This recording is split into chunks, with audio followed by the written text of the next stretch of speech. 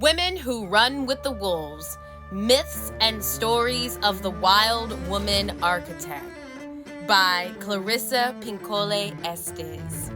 I will be reading chapter 1 a little bit later in this video. For now, let's talk more about wolves!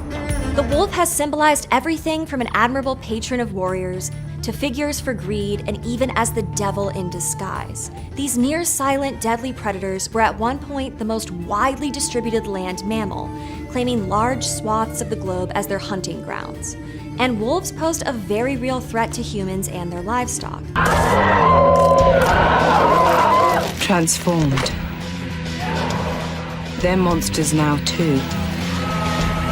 Aberrations. The stuff of nightmares. The big, bad wolf.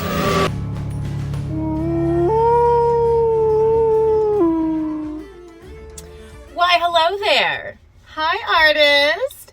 Happy Wolf Moon! I mean, we had to do it, right? You just had to do it. And I have been thinking about this book a lot because it's been 7 years, which is the magical, mystical numerology number for this year. Although I will be officially celebrating it upon the spring equinox / my birthday. As I am not about this season. So I wanted to continue my series, a little series of audiobooks because I enjoy doing them.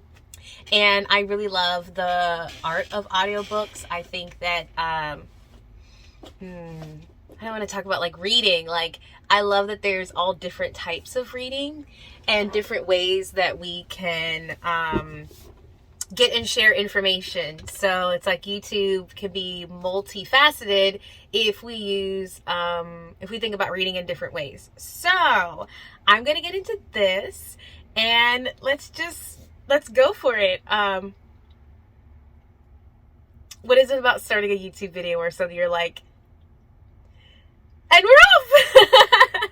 So, okay, let's do some backstory. I found this book right after going vegan from the YouTube streets. Somebody was talking about it, and I was like, oh, that's cool. And I was thinking about wolves, and I had this velvet painting of wolves, and it seemed like it just fit. So then I was in the thrift store, and my mom was like, isn't this the book that you've been talking about? And I was like, oh my God, I can't believe we found it. It just came to me. It was meant to be. So actually, one thing I like about this copy is that it says, from Kathy for Christmas 92. I don't know if the camera will focus because it's really dark in here. No, I don't think it will. But trust and believe that is what it says. And I like that this was somebody's gift, somebody's Christmas gift. So I am going to read just the first chapter.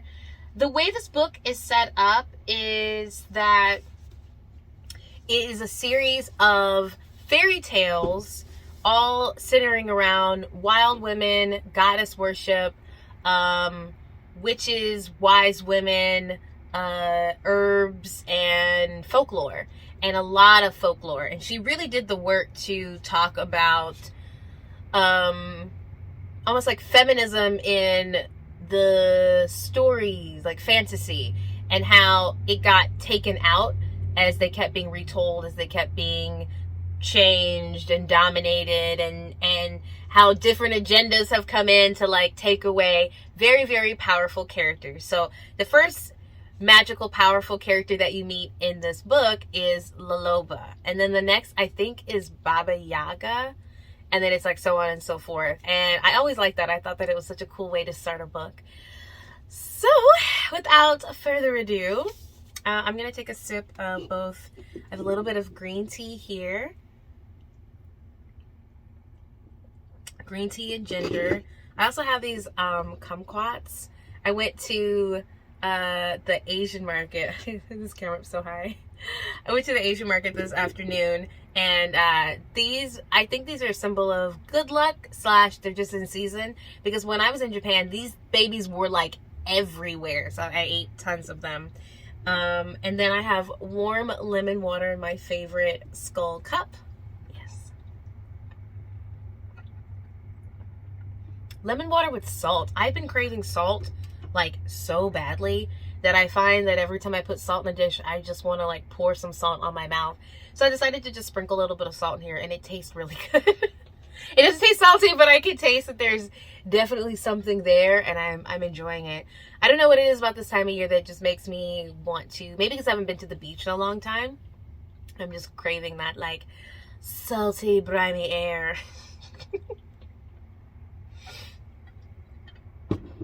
All right, here we go. I'm gonna hold this where I can see it and I can read it, but it might not be the best for the camera, and I'm okay with that because it's more about the text and less about the video. The video is just for a little flash and bang, a little, you know, a little shimmy shake. Okay, all right, let's get into this.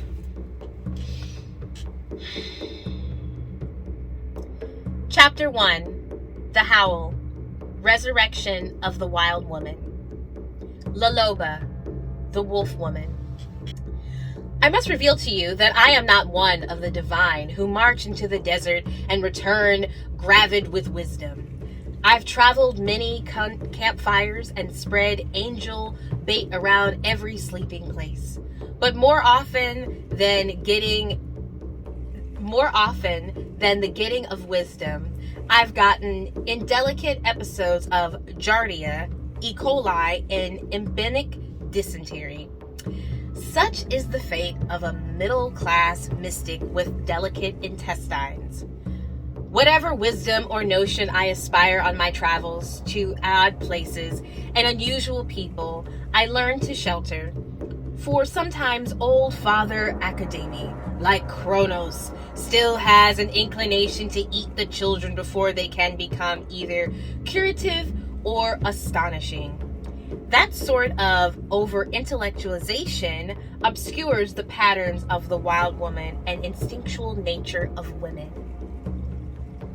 So too, further, our kinship relationship with the instinctual nature, it assists greatly if we understand stories as though we are inside them, rather than as though we are outside of us. We enter into a story through the door of inner hearing. The spoken story touches the auditory nerve, which runs across the floor of the skull into the brainstem just below the pons. There, auditory impulses are relayed upward to consciousness, or else, it is said, to the soul, depending on the attitude with which one listens. Ancient dissectionists spoke of the auditory nerve being divided into 3 or more pathways deep in the brain. They surmised that the ear was meant, therefore, to hear at the 3 different levels. One pathway was said to hear the mundane conversations of the world. The second pathway apprehended learning and art. And the third pathway existed so the soul itself might hear guidance and gain knowledge while here on earth. Listen, then, with soul hearing now, for that is the mission of story.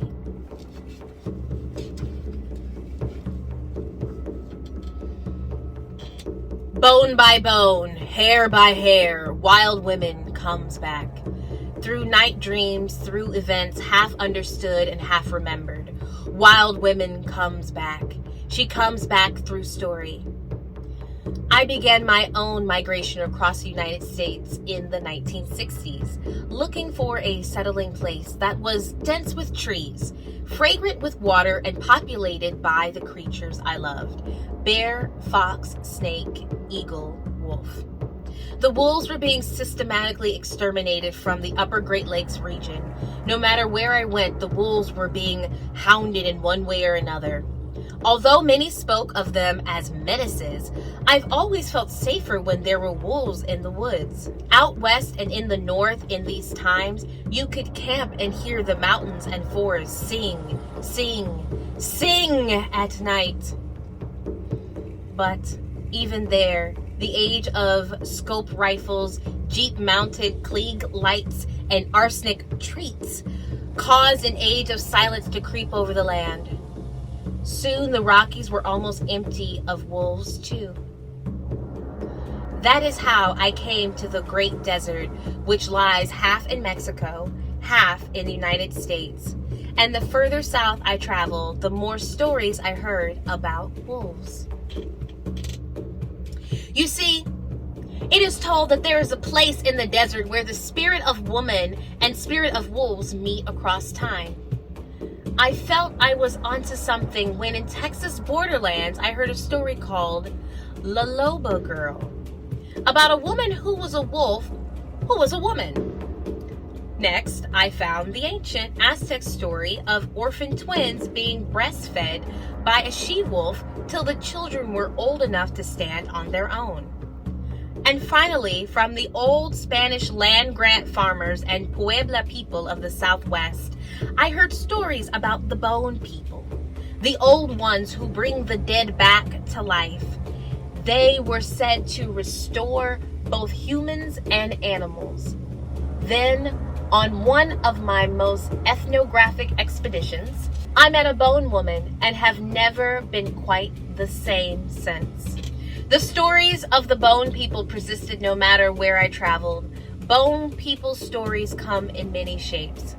La Loba is one. La Loba. There is an old woman who lives in a hidden place that everyone knows but few have ever seen. As in the fairy tales of Eastern Europe, she seems to wait for lost or wandering people and seekers to come to her place. She is circumspect, often hairy, always fat, and especially wishes to evade most company. She is both a crower and a cackler, generally having more animal sounds than human ones. They say she lives among the rotten granite slopes of the Tarahumara Indian Territory. They say that she is buried outside Phoenix near a well. She is said to have been traveling south to Mont Alba in a burnout car with the back window shot out. She is said to stand by the highway near El Paso or ride shotgun with truckers to Morelia, Mexico, or that she has been sighted walking to market above Oaxaca with strangely formed thoughts of firewood on her back. She is called by many names: La Jorucera, Bone Woman, La Trapera, the Gatherer, La Loba, the Wolf Woman. The sole work of La Loba is the collecting of bones. She is known to collect and preserve especially that which is in danger of being lost to the world. Her cave is filled with bones of all manner of desert creatures: the deer, the rattlesnake, the crow. But her specialty is said to be wolves. She creeps and crawls and sifts through the montañas, mountains, and arroyos, dry riverbeds, looking for wolf bones. And then she has assembled an entire skeleton when the last bone is in place and the beautiful white structure of the creature is laid out before her. She sits by the fire and thinks about what song she will sing. And when she is sure, she stands over the creatura, raises her arms over and sings out. That is when the rib bones and leg bones of the wolf begin to flesh out, and the creature bones furried. La Loba sings. Some more and more of the creature comes into being. Its tail curls upward, shaggy and strong. And the Loba sings more. And the wolf creature begins to breathe. And still the Loba sings so deeply that the floor of the desert shakes. And she sings. The wolf opens its eyes, leaps up, and runs away down the canyon. Somewhere in its running, whether by the speed of running or by splashing its way into the river, or by the way of the ray of sunlight or moonlight hitting it right in the side, the wolf is suddenly transformed into a laughing woman who runs free towards the horizon.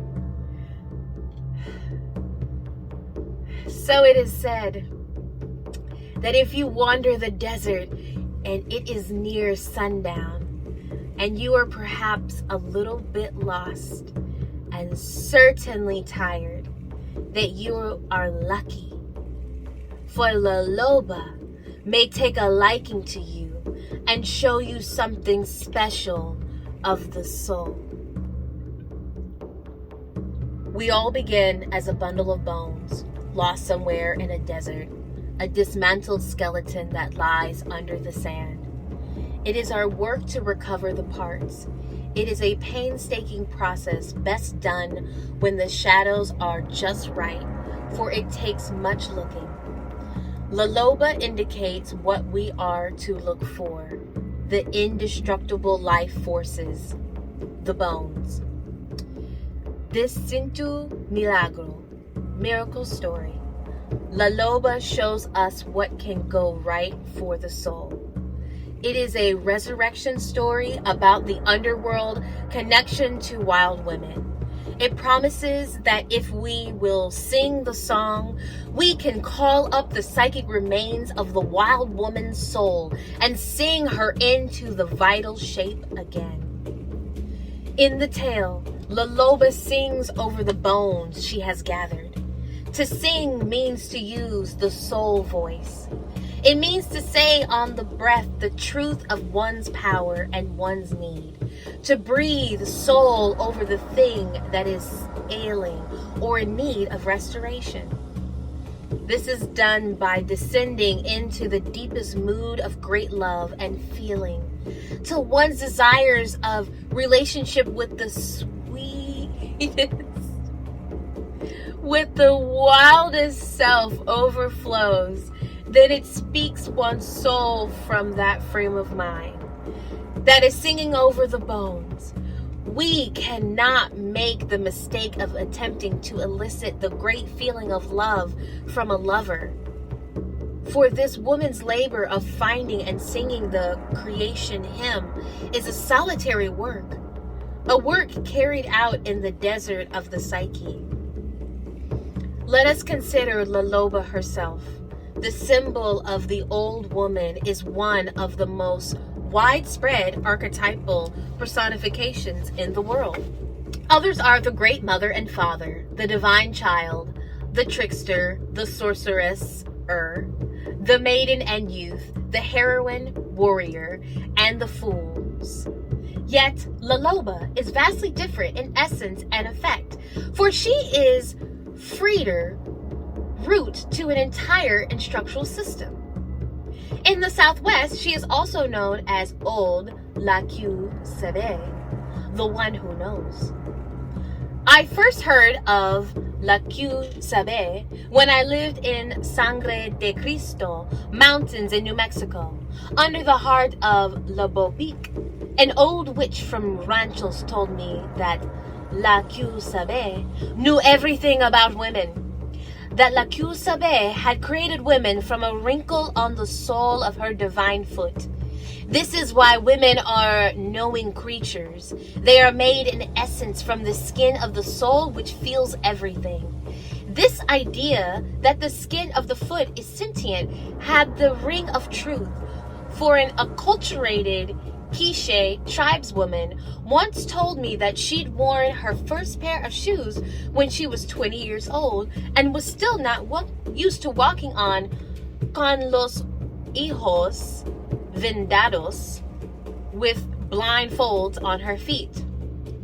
This La Loba wild woman who lives in the desert has been called by many names and crisscrosses all nations down through the centuries. These are some of the old names for her. The Mother of Days is the mother creature god of all beings and doings, including the sky and earth. Mother Nyx has domination over all things, from the mud and dark. Durga controls the skies and winds and thoughts of humans, from all which all reality spreads. Koklik gives birth to the infant universe, which is drastically and hard to control. But like a wolf mother, she bites her child's ears to contain it. Hecate, the old seer who knows her people, and has about her the smell of hummus and the breath of God. And there are many, many more. These are the images of what and who lives under the hill, far off in the desert, out in the deep. In mythos and by whatever name Loba knows, the personal past and ancient past, for she has survived generations after generation and is old beyond time. She is a archivist of feminine intention. She preserves the female tradition. Her whiskers sense the future She has the far-seeing milky eye of the old crow. She lives backward and forward in time simultaneously, correcting from one side by dancing with the other. Loba, the old one, the one who knows, is within us. She thrives in the deepest soul psyche of women, the ancient and vital wild woman. The Loba story describes her home as that place in time where the spirit of woman and the spirit of wolf meet.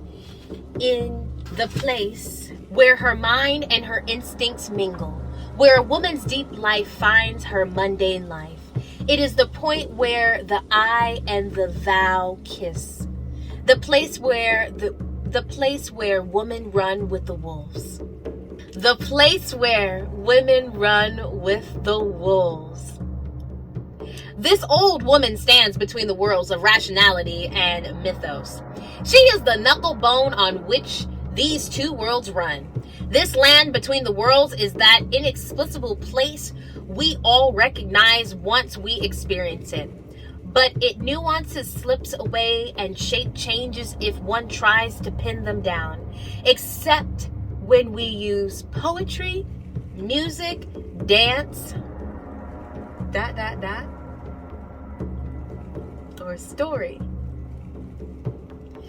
There is speculation that the immune system of the body is rooted in the mysterious psyche land, and also the mystical, as well as all archetypal images and urges, including our God hunger, our yearning for the mysteries, and all the sacred instincts, as well as those which are mundane. Some would say the records of humankind, the root of light, the coil of dark, are also here. It is not a void, but rather the place of the mist begins, where things are and also are not yet, where shadows have substances and substance is sheer. One thing about this land is certain. It is old. Older than the oceans. It, like Loba, has no age. It is ageless. The wild woman archetype finds this layer emanates the instinctual psyche. Although she can take on many guises in our dreams and creative experiences, she is not from the layer of the mother, the maiden, the medial woman. She is not the inner child. She is not the queen, the Amazon, the lover, the seer. She is just what she is. Call her la que sabe, the one who knows. Call her wild woman. Call her la loba. Call her by her high names or by her low names. Call her by her newer names or her ancient ones. She remains just what she is. Wild woman as an archetype in an immensible and ineffectible force, which carries a bounty of ideas, images, and particularities for humankind. Archetype exists everywhere, and yet is not seeable in the usual sense. What can be seen of it in the dark cannot be seen in the daylight. We find lingering evidence of archetype in the images and symbols found in stories, literature, poetry, painting, and religion. It would appear that its glow, its voice, and its fragrance are meant to cause us to be raised up from contemplating the shit on our tails to occasionally traveling in the company of the stars. At La Loba's place, the physical body is, as poet Tony Moffitt writes, a luminous animal. And the body's immune system seems to be straightened or weakened by conscious thought.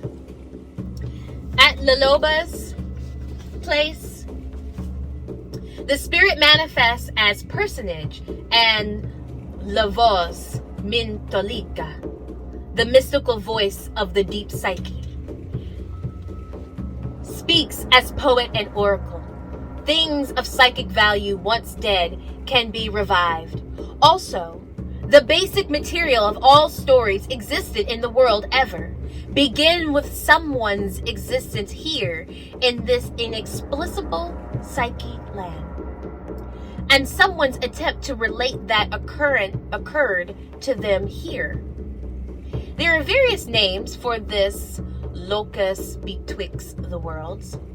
Jung called it variously the collective unconscious, the objective psyche, and the psychoid unconscious, referring to a more ineffectible layer of the former. He thought of the latter as a place where the biological and the psychological world share headwaters, where biological and psychological might mingle with the influences one another. Throughout human memory, this place, call it Nod, call it the home of the mist begins, the crack between the worlds, is the place where visitations, miracles, images, inspirations, and healings of all creatures occur. Though the site transmits great psychic wealth, it must be approached with preparation, for one may be tempted to joyously drown in the rapture of one's time here. Consequentially, reality may seem less exciting by comparison. In this sense, these deeper layers of psyche can become a rapture trap from which people return unsteady with wobbly ideas and airy presentiments. That is not how it is meant to be. How one is meant to return is wholly washed or dipped in a revivifying and informing water, something which impresses upon our flesh the odor of the sacred. Each woman has potential access to Rio Abajo Rio, this river beneath the river. She arrives there through deep meditation, dance, writing, painting, prayer making, singing, drumming, active imagination, or any activity which requires an intense, altered consciousness. A woman arrives in the world between worlds through yearning and by seeking something she can just out of the corner of her eye. She arrives there by deeply creative acts, through intentional solitude, and by practice of any of the arts. And even with these well-crafted practices, with much of what occurs in this ineffectible world remains forever mysterious to us, for it breaks physical laws and rational laws as we know them. The care with which this psyche state must be entered is recorded in a small but powerful story of 4 rabbis who yearned to see the most sacred wheel of Ezekiel. The 4 Rabbinim. One night, 4 Rabbinim were visited by an angel who awakened them and carried them to the 7th vault of the 7th heaven. There they beheld the sacred wheel of Ezekiel. Somewhere in the descent from paradise to earth, one rabbi, having seen such splendor, lost his mind and wandered, frothing and foaming until the end of his days. The second rabbi was extremely cynical. "Oh, I just dreamed Ezekiel's wheel. That was all. Nothing really happened." The third rabbi carried on and on about what he had seen, for he was totally obsessed. He lectured and would not stop with how it was at all constructed and what it all meant. And in this way he went astray and betrayed his faith. The fourth rabbi, who was a poet, took a paper in hand and a reed and sat near the window, writing song after song, praising the evening dove, his daughter in her cradle, and all the stars in the sky, and he lived his life better than before. Who saw what in the seventh vault of the seventh heaven? We do not know. But we do know that contact with the world wherein the essence resides causes us to know something beyond the unusual hearing of humans, and fills us with the feeling of expansion and grandeur as well. When we touch the one who knows, it causes us to react and act from our deepest integral nature. The story recommends that the optimal attitude for experiencing the deep unconsciousness is one of neither too much fascination nor too little. One of not too much awe, but neither too much cynicism. Bravery, yes, but not recklessness. Jung cautions in his magnificent essay, The Transcendent Function, that some persons in their pursuit of the self will over-aestheticize the God or self-experience. Some will undervalue it, some will overvalue it. Some who are not ready for it will be injured by it, but still others will find their way to what Jung called the moral obligation, to live out and to express what one has learned in the descent or ascent to the wild self. The moral obligation he speaks of means to live what we perceive, be it found in the psyche Elysian fields, the isles of the dead, the bones desert of La Loba, the face of the mountain, the rock of the sea, the lush underworld, any place where La Que Sabe breathes upon us, changing us. Our work is to show we have been breathed upon, to show it, give it out, sing it out, to live out in the topside world what we have received through our sudden knowings from story, from body, from dreams and journeys of all sorts. La Loba parallels world myths in which the dead are brought back to life. In Egyptian mythos, Isis accomplishes this service for her dead brother Osiris, who is dismembered by his evil brother Set. Every night Isis works from dusk to dawn each night to piece her brother back together again before morning. Else the sun will not rise. The Christ raised Lazarus, who had been dead so long the stinketh, Demeter calls forth her pale brother Persephone from the land of the dead once a year. And the Loba sings over the bones. This is our meditation practice as women, calling back the dead and dismembered aspects of ourselves, calling back the dead and dismembered aspects of life itself. The one who recreates from that which has died is always as double-sided archetype. The creation mother is always also the death mother, and vice versa. Because of this dual nature or double tasking, the great work before us is to learn to understand what around and about us and what within us must live and what must die. Our work is to apprehend the timing of both, to allow what must die to die, and what must live to live. For women, Rio abajo Rio, the river beneath the river world, the bone woman home place contains direct knowing about seedlings, rootstock, the seed corn of the world. In Mexico, women are said to carry luz de la vida, the light of life.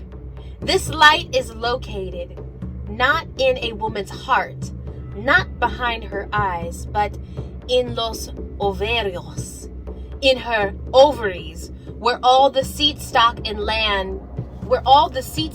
laid down before she is even born. For men, exploring the deeper ideas of fertility and the nature of seed, the cross-gender image of the furry bag, the scrotum. This is the knowing to be gained in being close to wild women. When the Loba sings, she sings from the knowing of los ovarios, a knowing from deep within her body, deep within the mind, deep within the soul. The symbols of seed and bone are very similar of one who has the rootstock, the basis, the original part. If one has the seed corn, any havoc can be repaired. Devastations can be resown. Fields can be restored. Hard seed can be soaked to soften it, to help it break open and thrive. To have the seed means to have the key to life. To be with the cycles of the seed means to dance with life, dance with death, dance into life again. The wild woman nature of woman is the life and death mother in her most ancient form. Because she turns in these constant cycles, I called her the life, death, life mother. If something is lost, it is she to whom one must appeal, speak with, and listen to. Her psychic advice is sometimes harsh or difficult to put into practice, but always transformative and restorative. So, when something is lost, we must go to the wild woman who always lives in the out of the way pelvis. She lives out there, half in and half out of the creative fire. This is a perfect place for women to live, right next to the fertile huevos, their eggs, their female seeds. There, the tiniest ideas and the largest ones are waiting for our minds and actions to make them manifest. This old woman, La Loba, is the quintessential 2-million-year-old woman. She is the original wild woman who lives beneath and yet on the top side of the earth. She lives in and through us, and we are surrounded by her. The desert, the woodlands, and the earth under our houses are 2 million years old, and then some. I'm always taken by how deeply women like to dig in the earth. They plant bulbs for the spring. They poke blackened fingers into the mucky soil, transplanting sharp-smelling tomato plants. I think they are digging down into the 2-million-old woman. They are looking for her toes and her paws. They want her for a present to themselves, for with her they feel of a peace and at peace. Within her they feel restless. Many women I've worked with over the years begin their first session with some variation of, well, I don't feel bad, but I don't feel good either. I think that condition is not a great mystery. We know it comes from not enough muck. The cure? La Loba. Find the 2-million-old woman. She is the caretaker of the dead and dying of woman things. She is the road between the living and the dead. She sings the creation hymns over the bones.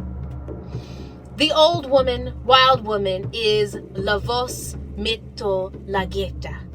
She is the mystical voice who knows the past and our ancient history and keeps its recorded record for us in stories. Sometimes we dream her as a disembodied but beautiful voice. As the hag maiden, she shows us what it means to be not withered, but wizened. Babies are born wizened with instinct. They know in their bodies what is right and what to do about it. It is innate. If a woman holds onto this gift of being old while she is young, and young while she is old, she will always know what comes next. If she has lost it, she could yet reclaim it with some purposeful psychic work. In the Loba story, the old one in the desert is a collector of bones. In archetypal symbology, bones represent the indestructible force. They do not lend themselves to easy reduction. They are by their structure hard to burn, nearly impossible to pulverize.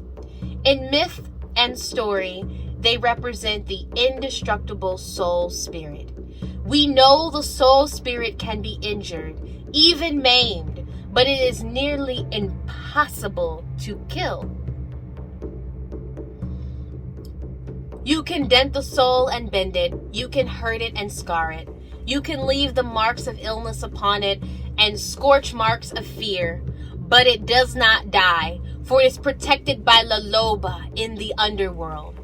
She is both the finder and the incubator of the bones.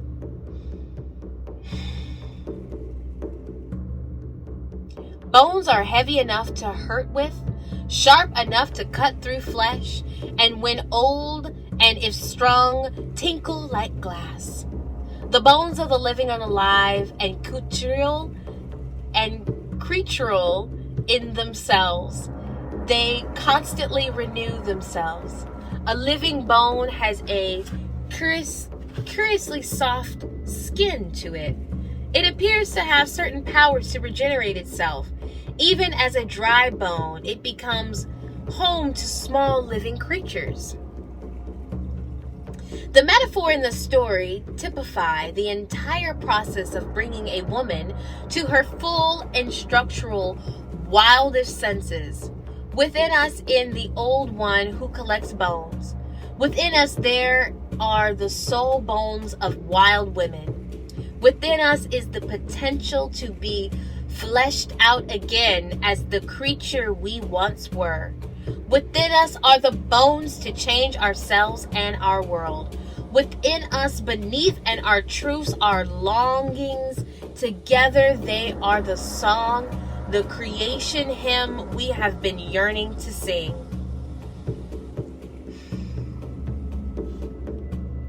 This does not mean we should walk about with our hair hanging in our eyes or with black ring claws for fingernails. Yes, we remain human, but also within the human woman is the animal, instinctual self. This is not some romantic cartoon character. It has real teeth, a real snarl, huge generosity, unequaled hearing, sharp claws, generous and furry breasts. This wolf woman self must have freedom to move, to speak, to be angry, and to create. This self is durable, resilient, and possesses high intuition. It is a self which is knowledgeable in the spiritual dealings of death and birth. Today, the Loba inside you is collecting bones. What is she remaking? She is the soul of self, the builder of the soul home. Ella lahas a mano. She makes and remakes the soul by hand. What is she making for you? Even in the best of worlds, the soul needs refurbishing from time to time. Just like the adobes here in the Southwest, a little peels, a little falls down, a little washes away. There was always an old round woman in bedroom slippered feet, who is patting mud slurry on the adobe walls. She mixes straw and earth water and pats it back on the walls, making them fine again. Without her, the house will lose its shape. Without her, it will wash down into a lump after a hard rain. Loba is the keeper of the soul. Without her, we lose our shape. Without an open supply line to her, humans are said to be soulless and damned souls. She gives shape to the soul house and makes more house by hand. She is the one in the old apron. She is the one whose dress is longer in the front than in the back.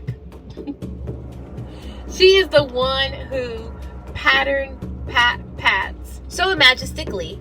Be you a black wolf, a northern gray, a southern red, or an arctic white, you are the quintessential instinctual criatura. Although some might really prefer you behave yourself and not climb all over the furniture and enjoy, or all over people in welcome. Do it anyway. Some will draw back from you in fear or disgust. Your lover, however, will cherish this new aspect of you, if he or she be the right lover for you. Some people will not like it if you take a sniff at everything to see what it is. And for heaven's sakes, no lying on your back with your feet up in the air. Bad girl, bad wolf, bad dog. Right? Wrong. Go ahead. Enjoy yourself. People do meditation to find psychic alignment. That's why people do psychotherapy and analysis. That's why people analyze their dreams and make art. That is why many read tarot cards, cast I Ching, dance drum, make theater, pray out the poem, and fire up the prayer. That's why we all do the things we do. This is the work of the gathering all the bones together. Then we must sit at the fire and think about which song we will sing over the bones, which creation hymn, which recreation hymn. And the truths we tell will make the song. These are some good questions to ask till one decides on the song, one's true song. What has happened to my soul voice? What are the buried bones of my life? In what condition in my relationship to the instinctual self? When was the last time I ran free? How do I make life come alive again? Where has La Loba gone to?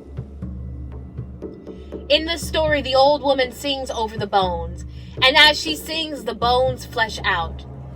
We too become, as we pour soul over the bones we have found.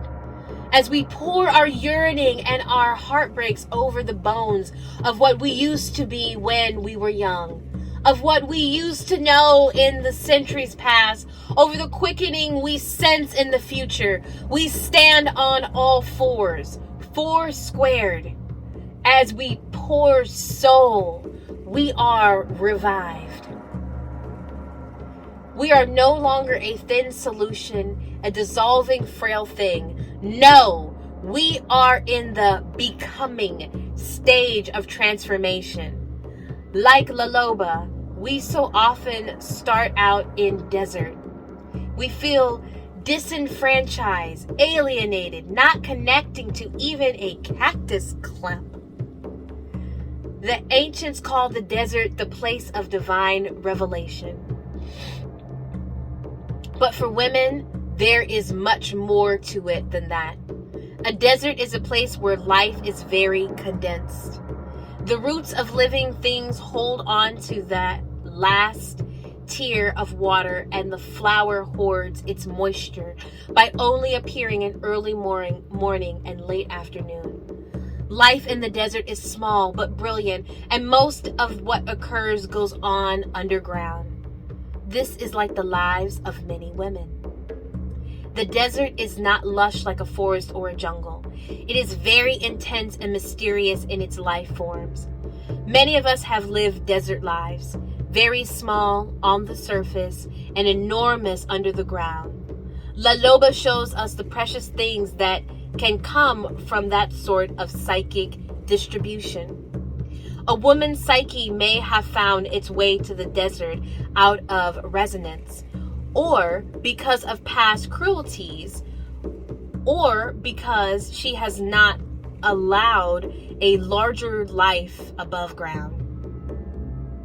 So often a woman feels that she lives in an empty place where there is maybe just one cactus with one brilliant red flower on it, and then in every direction 500 miles of nothing. But for the woman who will go 501 miles, there is something more. A small brave house, an old one. She has been waiting for you. Some women don't want to be in the psychic desert. They hate the fragility, the frailty, the sparseness of it. They keep trying to crank a crusty jalopy and bump their way down the road to a fantasized shining city of the psyche. But they are disappointed, for the lush and the wild is not there.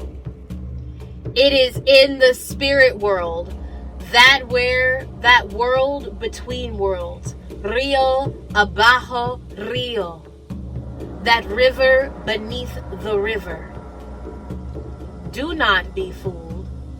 Go back and stand under that one red flower and walk straight ahead for that last hard mile. Go up and knock on the old withered door. Climb up to the cave. Crawl through the window of a dream. Sift the desert and see what you find. It is the only work we have to do. You wish psychoanalytic advice? Go gather bones. Wow! Wow! Wow! I am like shocked beyond shocked at how amazing that text is. The end part, the last pages, I'm reading this thing like, oh my God, I really want to stop and like talk about like everything I'm reading right now. Like, ooh, my brain is so buzzing, but it ended with Sankofa. If anyone is familiar with Sankofa, that is the West African principle of go back and get what has been lost. Sankofa, go get the dry bones. Go back, which apparently is what this book has been living in this cabinet for like a couple years lost. This cabinet is a cabinet of nightmares. But I needed to go back and find the bones of what has been lost. So I love anyone who's going to see this. And I love anyone that doesn't see this. It doesn't really matter because we live in the flow of love. I am feeling like reading more of this on camera. So that might be something that I go through this year. We'll see.